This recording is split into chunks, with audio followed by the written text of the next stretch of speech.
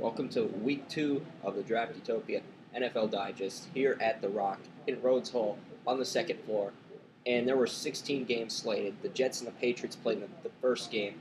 And the Patriots, heading into week 2, you saw sluggish offensive line, defensive line play, and secondary. Brady basically had to make the right throws, make the right connections, and bail his receivers out. You didn't see that at all. You basically saw an exact opposite of that performance, where the offensive line, the defensive line, the secondary did their part, but Brady couldn't make the throws. He was making all the right throws, but his receivers were dropping such basic passes that it ended up costing the Patriots a chance to cover the spread. Patriots still won. They're 2-0, but they're only 2-0 because Geno Smith threw 3 interceptions in week 2 in a game where he should have owned it and asserted himself as a Rookie of the Year candidate, because you're looking at a weaker secondary. You look at what Geno Smith did against a good Tampa Bay secondary in week 1 with Revis, Jonathan Banks, Goldson, Mark Barron, and he doesn't get the job against New England. So the Patriots go to 2-0, and Geno Smith costs the Jets a critical chance at first place. The second game featured the St. Louis Rams and the Atlanta Falcons, and Matt Ryan got 2 touchdowns, 2 passing touchdowns to put Atlanta on the board early. Osu Manura with a pick 6 puts the Falcons up 21-0. You have to applaud Sam Bradford for attempting to rally the Rams back into this game. But Atlanta, they get the lead, they get the momentum early in the game. And when you get that kind of momentum early in a contest, it translates to a victory. And the Rams and Falcons both 1-1 now. Third game featured the Cleveland Browns and the Baltimore Ravens. And the Browns got off to 6 points. They kept the Ravens to a goose egg in the first half. They really looked prepared, but when the second half came, Baltimore had Bernard Pierce, even with Ray Rice wounded, on the sideline. Bernard Pierce is able to spark some energy into the Ravens, and then Joe Flacco gets the passing touchdown. Ravens win 14-6.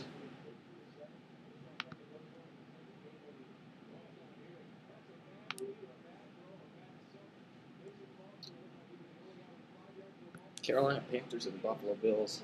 And Carolina was in another scoreless first quarter. The defense for Carolina, once again, was stellar. And Cam Newton threw 2 passing touchdowns early, one to Greg Olsen, then the other to Ted Ginn Jr. And I cannot remember the last time Ted Ginn Jr. caught a 40-yard touchdown pass. Maybe it was at Ohio State from quarterback Troy Smith. Still, it seems like it's been ages since Ted Ginn Jr. caught a 40-yard touchdown pass. And Fred Jackson, he gets a rushing touchdown. The Bills go for 2. They tied at 14 after 3 quarters. Panthers get 2 field goals. They lead by 6. Buffalo makes it 20-17 before the Panthers get another field goal. E.J. Manuel throws a game-winning touchdown to Stevie Johnson. Carolina's pass defense is horrible. No defensive backs. Yet the Panthers don't allow a passing touchdown until the fourth quarter. Once again. And E.J. Manuel comes up with a clutch throw, 296 passing yards.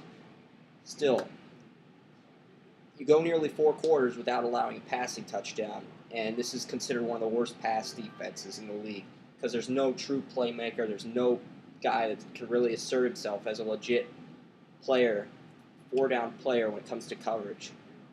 And you got to rely on turnovers to win ball games if you've got the Carolina secondary. But Cam Newton, he did everything he could, and Buffalo got the pass protection, and Carolina didn't. That's really what it came down to. Minnesota Vikings and the Chicago Bears. Chicago Bears, they get on the board early. Even with the touchdowns, the interceptions, Jay Cutler still gets a passing touchdown to Martellus Bennett in the clutch, and the Bears go to 2-0. Washington Redskins and the Green Bay Packers. Packers led 24-0 at halftime. Third quarter, Packers got another touchdown, went 31-0. Aaron Rodgers took 4 sacks with no pass protection, but still led by example, 34 for 42, 480 passing yards, 4 passing touchdowns, and no interceptions. Redskins 0-2. Titans, Texans. Texans had 1, 2, 3, 4 chances to win it in regulation, but they didn't. Texans still win in overtime thanks to DeAndre Hopkins. Have to applaud Jake Locker for giving the Titans the lead with a touchdown pass to Delaney Walker in the third quarter, then Alteron Werner with the pick 6. They put the Titans up 24-16, made an 8-point lead, but Aaron Foster, 1-yard touchdown run late in the game. Houston goes for 2. They get it. They tied at 24. And the rest is history. And the Texans had to win after they failed to make a field goal in 4 attempts. Dolphins-Colts. Mike Wallace catches a 10-yard pass from Ryan Tannehill. Lamar Miller gets a rushing touchdown. It's 14-3 Dolphins. Pep Hamilton unleashing Stanford syndrome. Andrew Luck to Kobe Fleener. The Ahmad Bradshaw, he gets a rushing touchdown. Game's tied at 17 at halftime. Third quarter, Vinatieri, field goal. It's good. Colts lead 20-17. Charles Clay with a rushing touchdown at fullback. Dolphins lead 24-20. That would go on to be the final score. Andrew Luck sacked late in the game as the Colts attempt a fourth quarter comeback. Dallas Cowboys, Kansas City Chiefs, 2 1-0 teams clash at Arrowhead Stadium. Charles caught a touchdown pass from Alex Smith, 7-0 Chiefs. And it was scoreless in the second quarter. Dallas led 13-7 before Alex Smith threw a touchdown to Dwayne Bowe. Kansas City wins 17-16. Both teams get field goals in the fourth quarter. Dontari Poe with 2 sacks on the day. Chargers, Eagles. Eddie Royal had a hat trick, getting 3 receiving touchdowns, and that was the difference in a 33-30 win. Malcolm Floyd and Antonio Gates, both 100 receiving yards. Phillip Rivers led by example with a monster day through the air. And Rivers is really thriving in Mike McCoy's new offense. Lions, Cardinals. Cardinals win 25-21. Baffled that they won by that many points. Saints, Buccaneers. Hartley with a 44-yard field goal. Josh Freeman with a passing touchdown makes it 7-3 Tampa in the first. But Brees was like 5 for 11. He was really struck. Josh Freeman was 5 for 11. He was really struggling. And Freeman, this is a mediocre, above average Saints secondary at best in terms of cornerbacks, and you're not able to get something done. Then Drew Brees with a 56-yard passing touchdown to Jimmy Graham makes it 10-3 Saints. And Freeman with a passing touchdown. Okay, Saints win 16-14. Drew Brees had a good drive late in the game, getting it to Jimmy Graham and his playmakers.